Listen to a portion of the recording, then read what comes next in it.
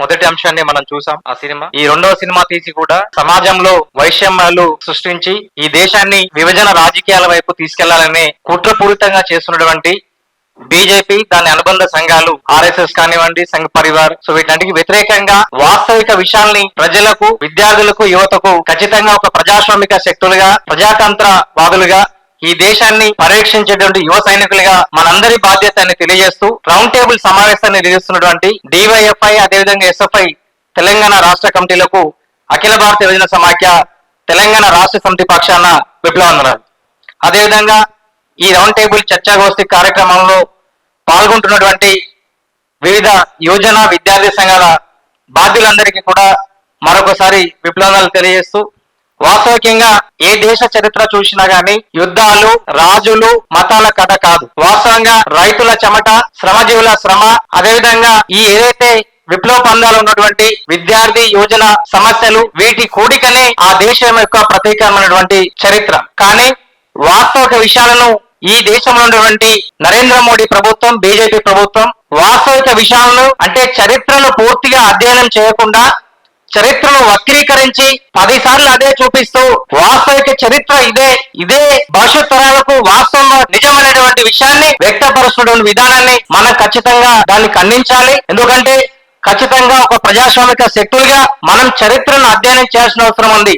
మనం అధ్యయనం చేసింది మనం ఖచ్చితంగా యువత మెదడులోకి పెంపొంచుకునే విధంగా మనం కృషి చేయాలి. కానీ మనం వాస్తవంగా కమ్యూనిస్ట్ ఐడియాలో ఉన్నటువంటి మనం కూడా కొంత వైఫల్యం చెందుతున్నాం. ఎందుకంటే ఇప్పుడున్నటువంటి పెట్టుబడిదారి వ్యవస్థ, లేకుంటే ఇప్పుడున్నటువంటి ఈ పెట్టుబడిదారి రాజకీయ వ్యవస్థలో మన బలం సరిపోకపోవచ్చు.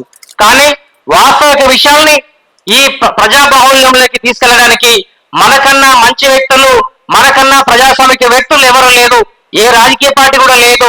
కానీ ఈ విషయాల్ని పూర్తిగా మనం యువత మెదడులోకి తీసుకెళ్లే విధంగా మన కార్యాచరణ అవసరం ఉంది. ఎందుకంటే దాదాపు కేరళ స్టోరీ 1 లో కూడా చూస్తే దాదాపు ఇంతకుముందే మిత్రులు మాట్లాడారు, 32,000 మంది మహిళలు వీళ్ళంతా కూడా వివిధ నిషేధిత ఉగ్రవాద సంస్థల్లోకి వెళ్లారని చెప్పి ఈరోజు కేంద్రంలో ఉన్నటువంటి పలు నిఘా సంస్థలు చెప్తున్నాయి.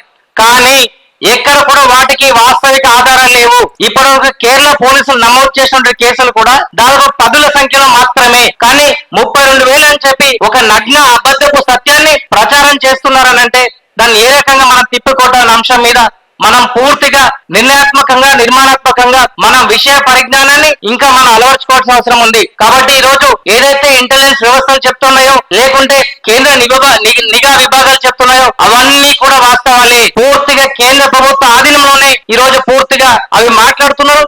అవి మాత్రమే వాస్తవిక విషయాలనే విషయాన్ని ఈ రోజు ఈ చెత్త సినిమాని తీసినటువంటి ఎవరైతే డైరెక్టర్ ఉన్నారో వానికి కనీసం చరిత్ర మీద అవగాహన లేదు. నోటికి వచ్చింది తీయడము.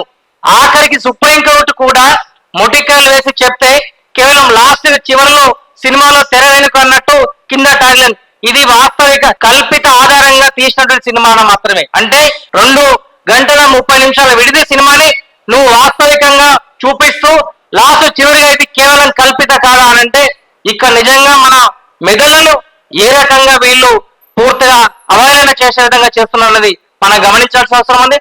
ఖచ్చితంగా అందుకే ప్రజా బాహుళ్యంలోకి మనం ఖచ్చితంగా ప్రజాస్వామికవాదులుగా, యువ కమ్యూనిస్టులుగా, యువ సైనికులుగా, ఈ భారత రాజ్యాంగాన్ని కాపాడేటువంటి సైనికులుగా మనం మరింత అధ్యయనం చేయాల్సిన అవసరం ఉంది.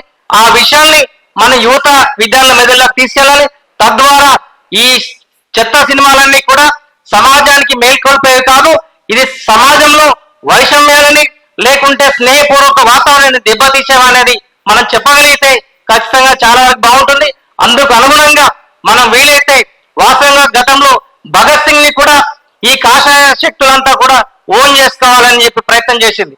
కానీ దాదాపు ఒక 10 సంవత్సరాలుగా అటు సోదర సంఘాలన్నీ కూడా భగత్ సింగ్ ఖచ్చితంగా ఈ దేశంలో ఏం కోరుకున్నాడు, ఏ దేశం కోసం కలలు ఉన్నాడు, ఏ మత రాజకీయాలకు వ్యతిరేకంగా పోరాటం చేశాడు అవనే చెప్పగలిగాం. కాబట్టి ఈ రోజు భగత్ సింగ్ అనే వ్యక్తి ఈ రోజు అందరికీ సంబంధించిన వ్యక్తిగా ఈ రోజు మన వైపు ఉన్నాడు.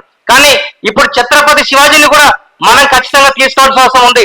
ఛత్రపతి శివాజీ ఏ ఒక్క రాష్ట్రానికో, ఏ ఒక్క జిల్లాకో, ఏ ఒక్క దేశానికి సంబంధించిన వ్యక్తి కాదు. ఆయన బహుజన సామ్రాట్గా ఉన్నాడు.